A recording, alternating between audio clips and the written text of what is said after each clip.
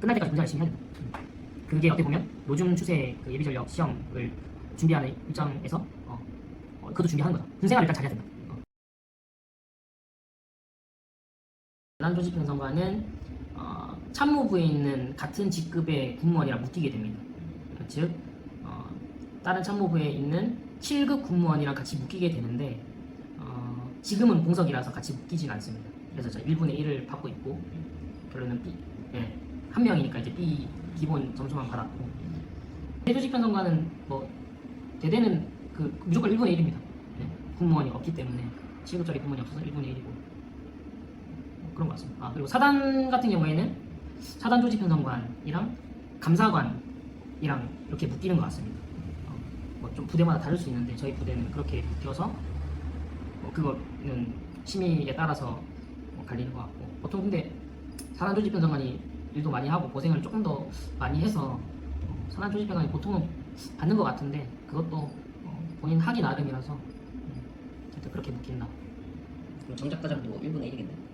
정작과장도 1분의 1인 걸로 알고 있고 근데 성과장은 정확하게 모르겠습니다. 정작과장은 정확하게 모르겠고 왜냐하면 그 근무실적 종합평가라고 성과장학금이랑 비슷한 평가를 받는 게 있는데 정작과장 같은 경우에는 대대편성관들이랑 묶이기 때문에 그거는 한번 봐야 될 것 같습니다. 그것까지는 정확하게 모르겠습니다.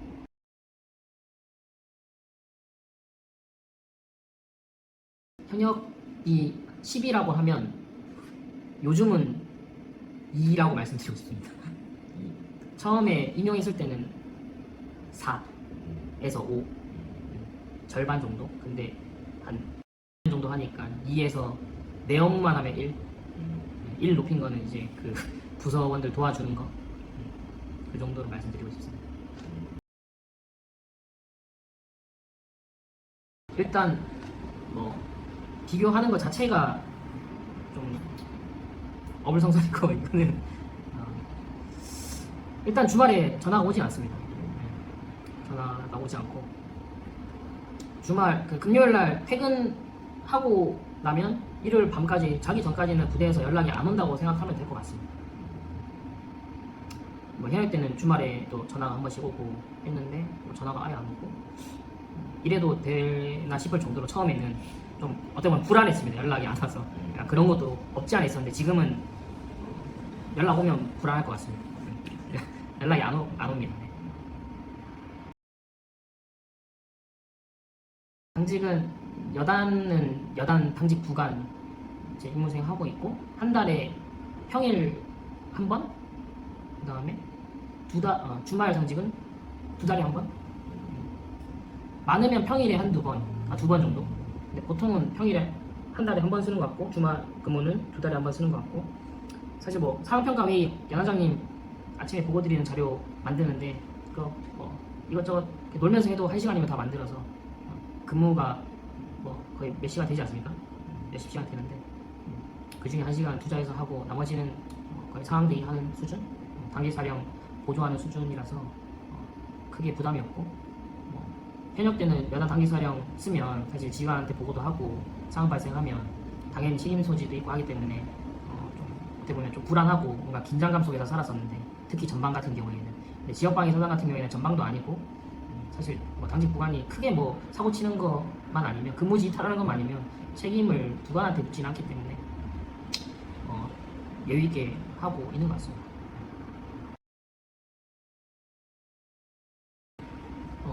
행군을 참여하는 거는 안 금지하고 있습니다. 뭐 지휘관 판단해서 할 수도 있다 이게 아니고 지휘관 판단해서 하면 안 된다고 그렇게 지침에도 나와 있고 안전통제도 몇 년 전에는 안전통제 명목하에 결론 안전통제가 그 군장만 안 맺지 뒤에서 경각모 들고 따라가는 건데 그거 처음에 시도했다가 이제 또 언론에도 막 나오고 공무원들도 이게 맞냐 그냥 행군하는 거 아니냐 뭐 이런 얘기가 나와서 결론은 공무원들 뭐 다른 부대는 또 모르겠는데 우리 부대 같은 경우에는 공무원들 행군시킨다라는 거는 생각 안 하고 있고 현역들도 이제 안전통제로 편성은 됩니다. 근데 그 안전통제는 말 그대로 차 타고 주요 3거리나 교차로 이런 데 내려서 행군 병력들 기다렸다가 이제 통제해주고 다시 차 타서 다음 또 통제 장소로 이동해서 내려서 또 통제해주고 약간 그런 개념인 것 같습니다. 행군은 시키지 않습니다. 네, 물론 많아졌고 뭐 육아 시간도 쓰고 있는 마당에서 집에 오면 16시 반, 17시 그때부터 애기 자기 전까지 한 22시까지 같이 시간 보내고 평일에는 주말에는 아까 말씀드렸듯이 금요일 저녁부터 해서 또 금요일 저녁에는 치맥도 해야 되니까 금요일 저녁부터 해서 일요일 밤까지 그냥 가족이랑 계속 시간 보내고 있습니다.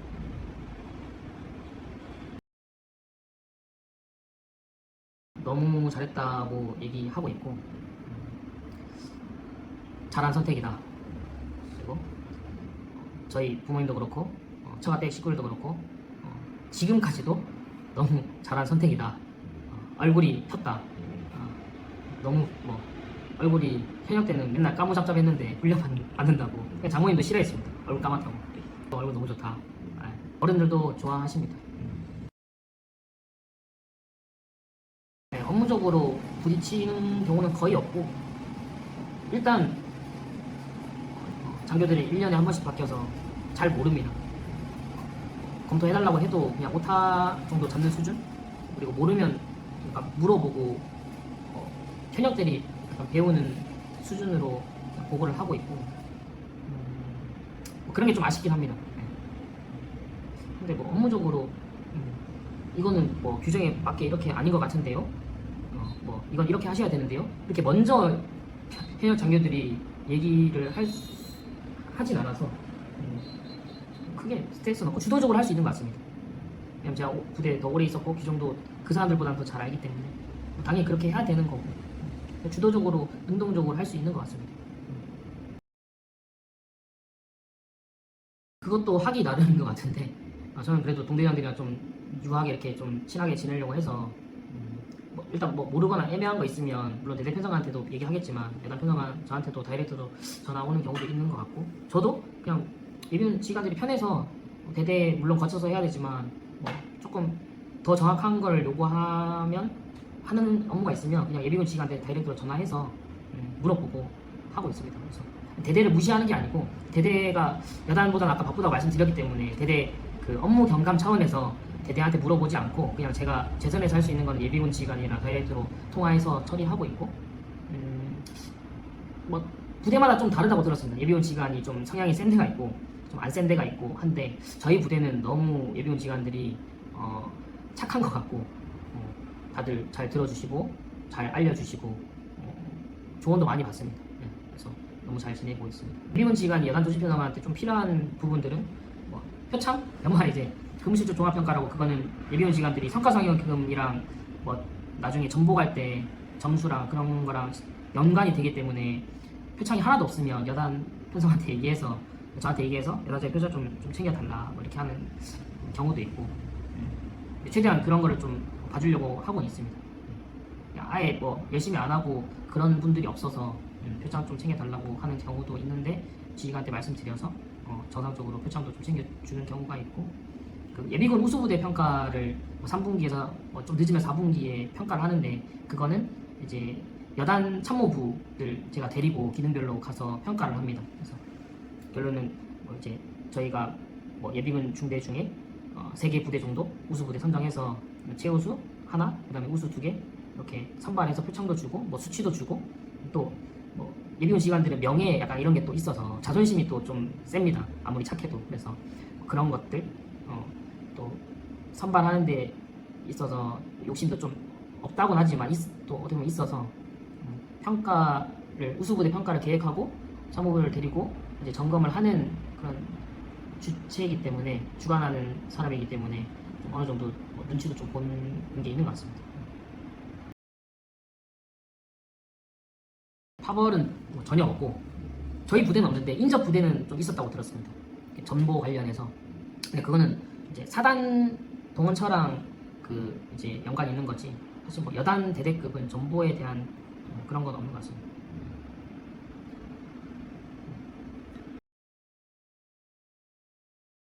저도 비동원 출신이기 때문에 업무 난이도가 아까 말씀드린 현역 대비 한 2에서 1, 이 정도 현역이 10이라면 2에서 1 정도 수준이기 때문에 전혀 걱정 안 하셔도 될 것 같습니다. 현역 때는 장교가 조금 더 행정적으로 많이 하고 부상은 이제 필드에서 많이 하기 때문에 행정 업무를 하고 있는 사람으로서 그래도 장교 생활 한 사람이 조금 더 유리하지 않을까? 라고 생각은 하지만 막상 임용하면 별반 차이 없을 것 같습니다. 부사관이 아예 행정 업무를 안 하는 것도 아니고 뭐 장교 생활 했다고 잘하고 부사관 생활을 했다고 못하고 전혀 그렇지는 않을 것 같고 시간이 지나면 다 동등하게 잘 할 것 같다는 생각이 듭니다. 일단 전역하기 전에 이제 뭐 한국사라던가 그 가점을 받을 수 있는 거를 현역 생활하면서 따고 이제 예비전력 공부를 한다고 하는 그 시점에서는 전역하기 전에 직보반 이제 나오지 않습니까? 그래서 직보반을 나와서 공부를 하는 게 저는 맞다고 생각합니다. 왜냐면 현역 때 뭐 물론 공부할 수는 있지만 오히려 더 스트레스 받을 것 같고 업무하면서 하기에는 조금 어렵고 직보반 나와서 하시는 걸 추천드리고 사실 제가 이제 4년 전에 그 시험 공부할 때랑 좀 다른데 요즘에는 경쟁률이 그 5급 시험이 어떻게 보면 더 낮습니다. 7급은 뭐 뽑아봤자 뭐 한 10명, 20명 이낸 것 같고 그래서 이제 장교 출신이면 예비역 소령 진급해서 예비군 지휘관을 도전하는 게 경쟁률도 낮고 유리하지 않을까 그렇게 조금 조언 드리고 싶고 7급은 뭐 바뀔 수는 있는데 지금 시점에서는 경쟁률이 많이 높아서 조금 힘들 수도 있을 것 같습니다. 저도 10개월 정도, 직보 10개월 정도 나와서 이제 공부하고 한 번에 합격은 했지만 그때 당시에도 한 50명 뽑았는데도 6대 1인가 그랬는데 지금 한 10명에서 진짜 20명 이내로 뽑기 때문에 그거보다 훨씬 힘들 거라고 예상하고 예비군 지휘관, 예비역 소령 진급해서 예비군 지휘관 시험 준비하는 거를 좀 추천을 드립니다. 근데 경력 점수 너무 빨리 나오면 또 경력 점수가 문제가 되기 때문에 모르겠습니다.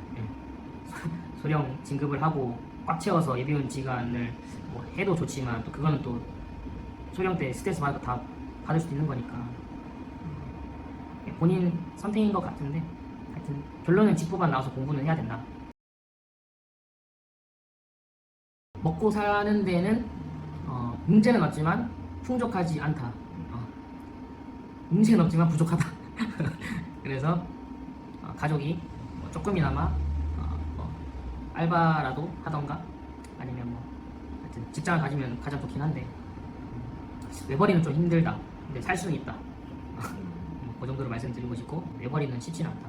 근데 뭐 나중에 호봉 쌓이고 하면 뭐 외벌이가 쉽진 않겠지만 지금보다 나을 것 같다. 그런 생각이 듭니다.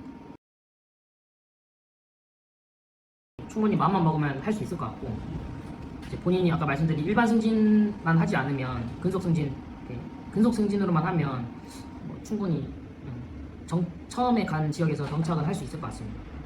물론 그 뭐 시기가 안 맞으면 안 될 수도 있지만 거의 제가 본 사람들은 그쪽에서 처음에 본인이 희망하고 정착을 희망하는 지역으로 간 친구들은 다 근속 승진을 하는 걸로 좀 마음을 다 먹었고 그래서 계속 있을 것 같습니다.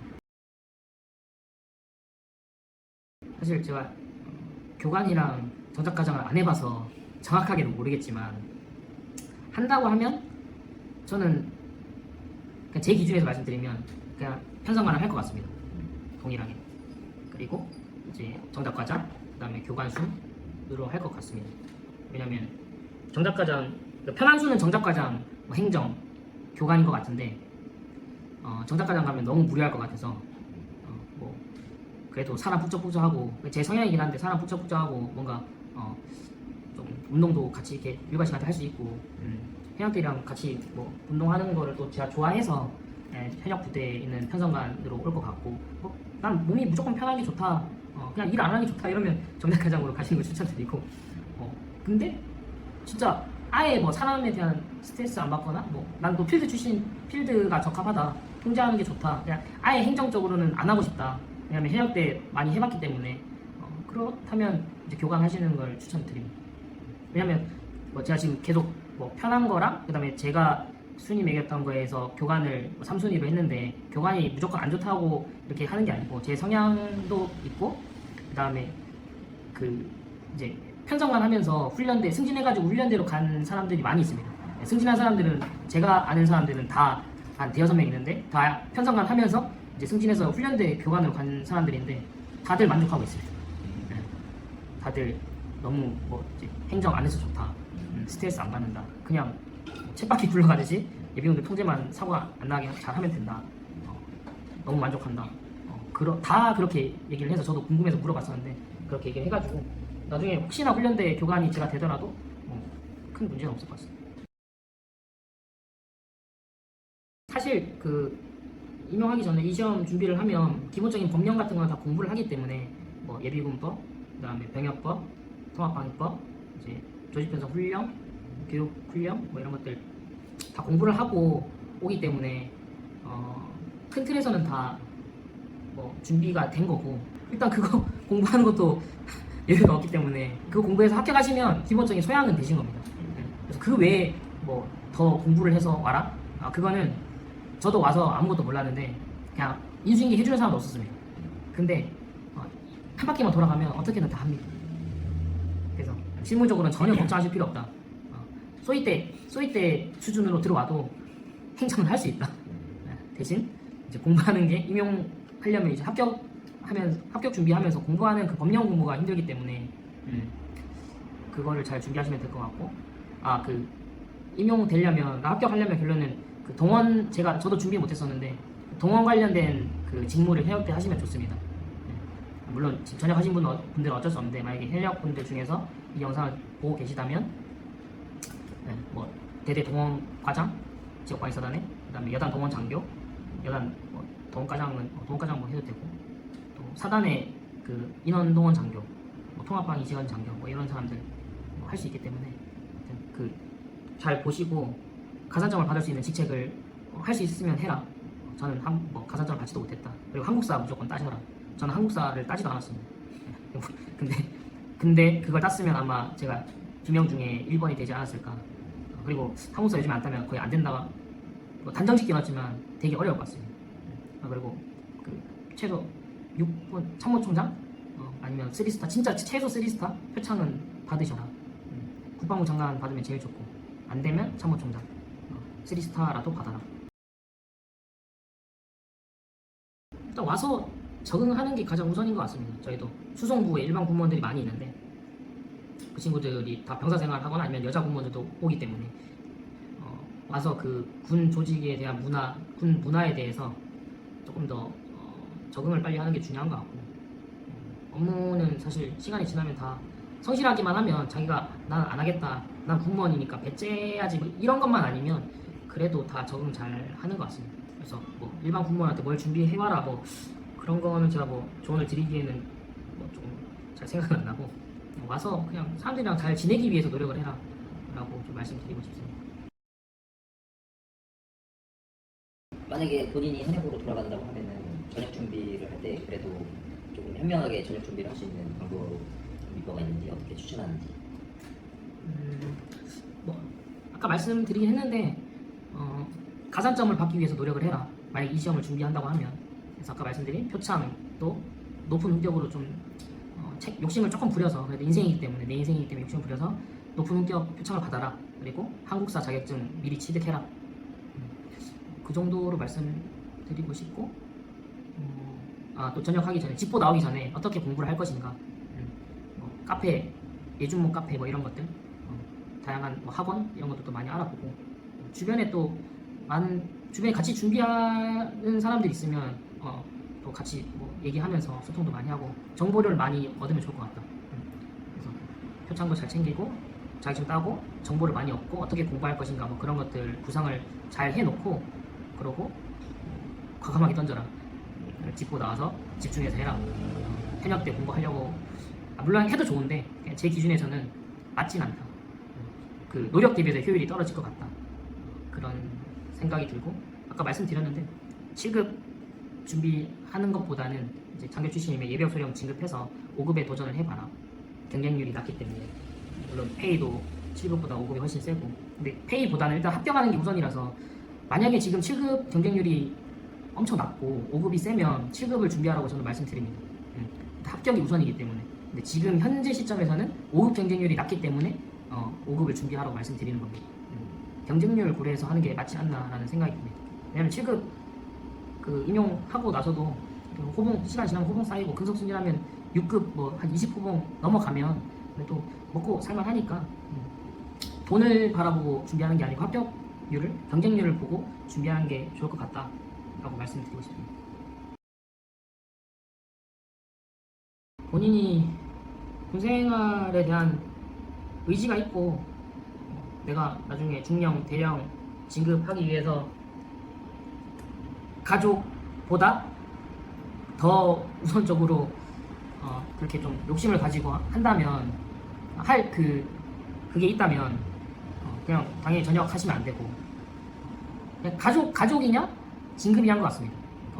물론 그 무조건 반비례하는 건 아닌데 가족도 챙기면서 진급하는 분들이 당연히 있겠죠. 근데 그건 사실 쉽지 않은 것 같고 대신 나는 가족이랑 그 이제 내 진급 대비해서 조금이라도 가족이 우선이고 가족을 조금 더 챙기고 싶다. 가족이랑 시간 많이 보내고 싶다. 그러면 과감하게 제가 아까 말씀드린 거 전역하기 전에 준비하고 과감하게 전역해도 되지 않을까. 이 시험은 포기만 하지 않으면 된다라고 저는 생각합니다. 물론 100%는 아니지만 포기만 하지 않으면 된다. 3년에 2번이고 총 6번 시험에 기회가 있고 포기만 하지 않으면 된다. 근데 다만 평정 관리를 무조건 잘해야 된다. 시험 100점 받고도 평정 잘 못 받아서 100점 받고 안 되는 경우도 있다 하더라고요. 제 주변에는 없었는데 그래서 평정 관리는 무조건 잘해야 된다. 근데 제가 알기로는 1차 평정만 들어가는 걸로 알고 있어서 이제 2차 평정이면 이제 상대평가이기 때문에 점수를 못 받을 수도 있는데 1차 평정만 들어가는 걸 알고 있어서 위에 상급자한테 밑보이지만 않으면 잘 받을 수 있다고 생각하기 때문에 끝날 때까지 군생활 열심히 해야 된다. 그게 어떻게 보면 요즘 추세 그 예비전력 시험을 준비하는 입장에서 그것도 준비하는 거다. 군생활을 일단 잘해야 된다. 1차 평정 잘 받아야 된다. 그렇게 말씀드립니다. 그래서 군생활 하면서 공부하지 마라. 일단 군에 집중해라. 왜냐하면 상급자가 자기 예비전력 공무원 준비한다고 얘기하고 나서 공부하는 모습을 보면 이 새끼 아직 전역도 안 했는데 공부하고 있네. 괘씸해서 평정 안 줄 수도 있기 때문에 절대 그런 밑보이는 행동을 하면 안 되고 평정 잘 받아. 그럼 될 것 같습니다.